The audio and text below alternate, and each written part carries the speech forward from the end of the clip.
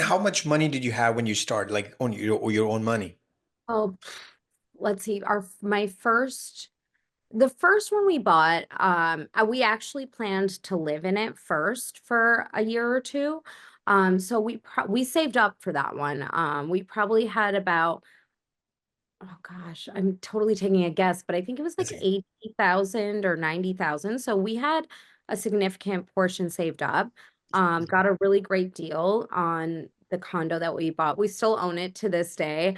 And interestingly enough, so I represented us. I'm not a realtor, but I knew that I could just approach a realtor and work directly with them. And I felt confident enough in my ability to negotiate and my real estate skills.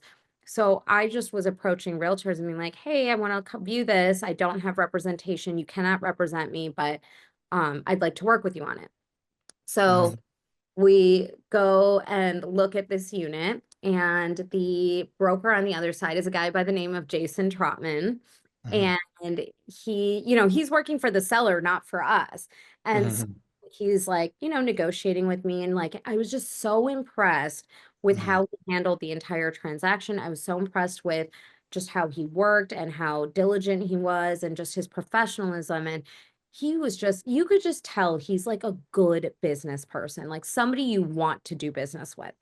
mhm, So, we negotiated, and I think he'd tell you I drove a tough bargain if you asked him, right? mhm, And we got it under contract, bought it, and then I immediately turned around and went back to him and said, "Hey, I want to buy more. Go find me more deals." So then he went and bought, or he found us a couple more that we looked at, and we bought. We put a couple under contract. They fell out of escrow, bought some, and even to this day, he still manages my portfolio out there. And he's like a good friend. I'm actually going to see him later this week, so I'm very excited about that.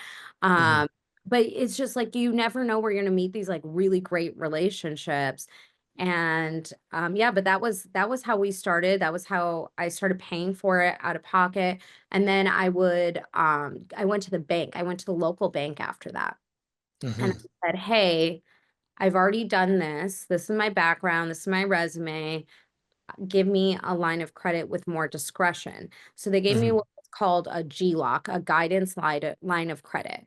So mhm, basically, it's kind of like a credit card that you can buy real estate with as long as it fits like a certain buy box. So I would use that GLOC mhm, essentially to buy houses. And my initial plan was going to be to uh, fix and flip them. Everyone watches HGTV. They're like, "Oh, it's so easy. We could totally do this." So that was my initial plan.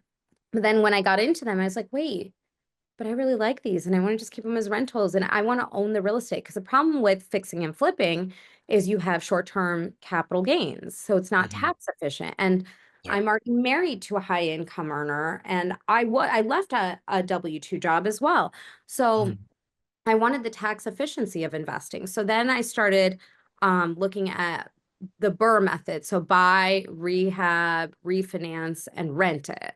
And mhm, so that was what I started doing. I started renovating and renting it out, managing them.